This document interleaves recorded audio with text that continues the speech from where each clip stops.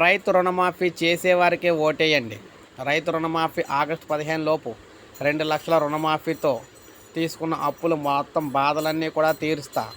రైతన్న ఇంట ఇక ఆనందాల కాంతులు ఉండే విధంగా చేస్తా. మార్పు మొదలైంది. రాష్ట్రంలో కూడా మార్పు రావాలి. కేంద్రంలో కూడా మార్పు వస్తుంది. ముఖ్యంగా 2 లక్షల రుణమాఫీ మీకు ఆగస్టు 15 లోపల చేసి బాధ్యత మాది.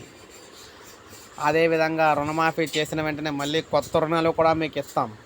అందుకే రాష్ట్ర వ్యాప్తంగా ఉన్న రైతాంగం అందరూ కూడా కాంగ్రెస్కి ఓటేయండి.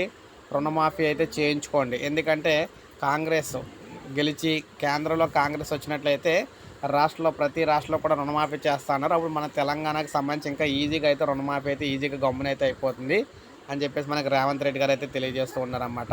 సో ఈ విధంగా మనకి రుణమాఫీ కోసం చూస్తున్నారు. అందరూ కూడా కాంగ్రెస్ని అయితే గెలిపించుకోవాలని చెప్పి అయితే కోరుతున్నారు. సో ఇది మనకి ప్రజెంట్ రుణమాఫీకి సంబంధించిన లేటెస్ట్ అప్డేట్. ఒక లైక్ చేయండి, సబ్స్క్రైబ్ చేసుకోవద్దు, మన ఛానల్ సబ్స్క్రైబ్